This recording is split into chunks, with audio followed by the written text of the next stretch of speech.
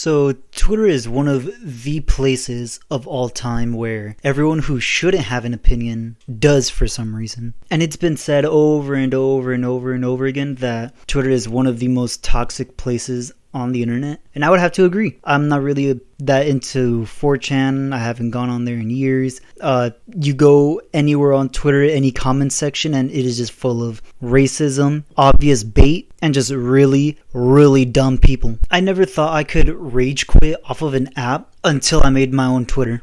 And one of the things I want to talk about now is the art community on Twitter, because recently they've been wiling. And especially about the fan art regarding the new Spider-Man movie that came out, Across the Spider-Verse.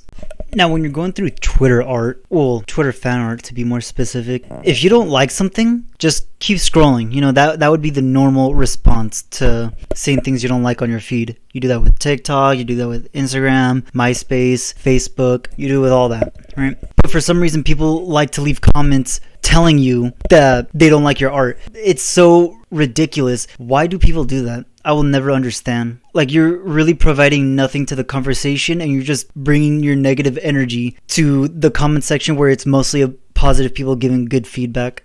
These people just really want to rain on everybody's parade because they have no skill in drawing.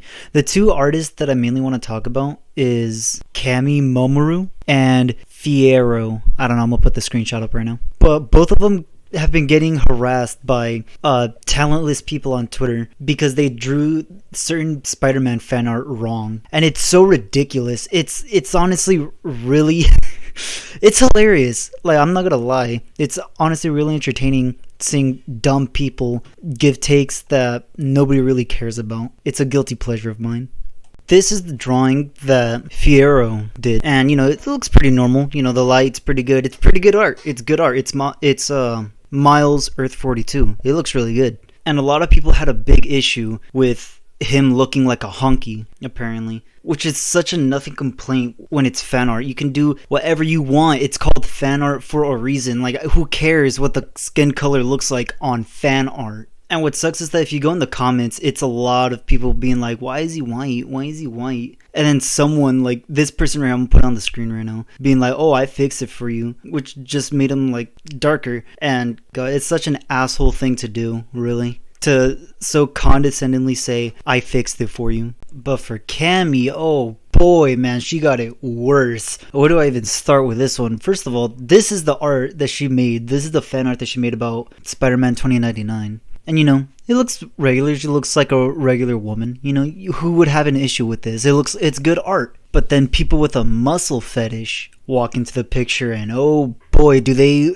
announce it to everybody in the comments that, why isn't she muscular? Why isn't she muscular? Oh my god, why did you gender bend her the wrong way, the way I wanted it? How come you didn't talk to me first before you started taking a pencil to your iPad? She got harassed so bad that later on, like I'm pretty sure it was like the next day, when people were having their meltdown, she posted a thread of someone trying to fucking blackmail her. I'll put it up on the screen right now.